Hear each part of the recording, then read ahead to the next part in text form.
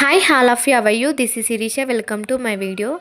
మీకు నా వీడియోస్ నచ్చినట్లయితే లైక్ షేర్ సబ్స్క్రైబ్ చేసుకోండి అంశుమ్ని వ్లాగ్స్కి. So let's start to begin the story. Natrajit అనే రాజు వరంగా మణిని పొందాడు కదా, దానివల్ల రాజ్యం సుఖ సంతోషాలతో నిండిపోయింది.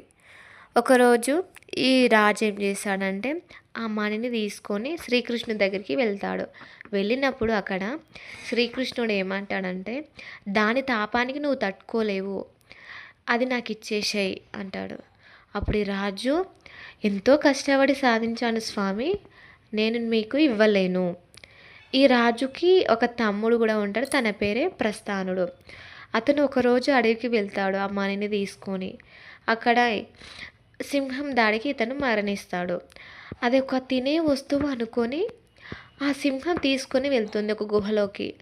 అక్కడనే ఈ జామవంతుని కూతురు ఉంటుంది.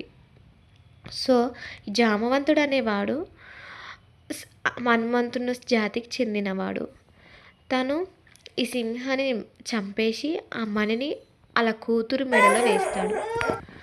సో ఇక్కడ ఏమర్థమైంది, ఆ రాజుకి ఇలా ఆ మణి కోసం ఆ శ్రీకృష్ణుడే నా తమ్ముని చంపేశాడు అని రాజమంతా చాటింపు వేయిస్తాడు.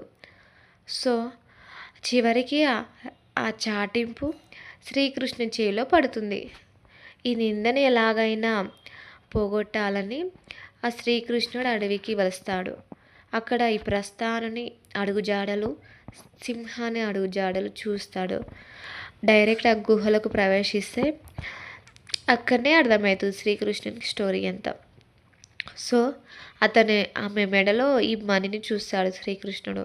సో అప్పుడే నెక్స్ట్ బ్లాగ్లో చూద్దాం. Thank you for watching.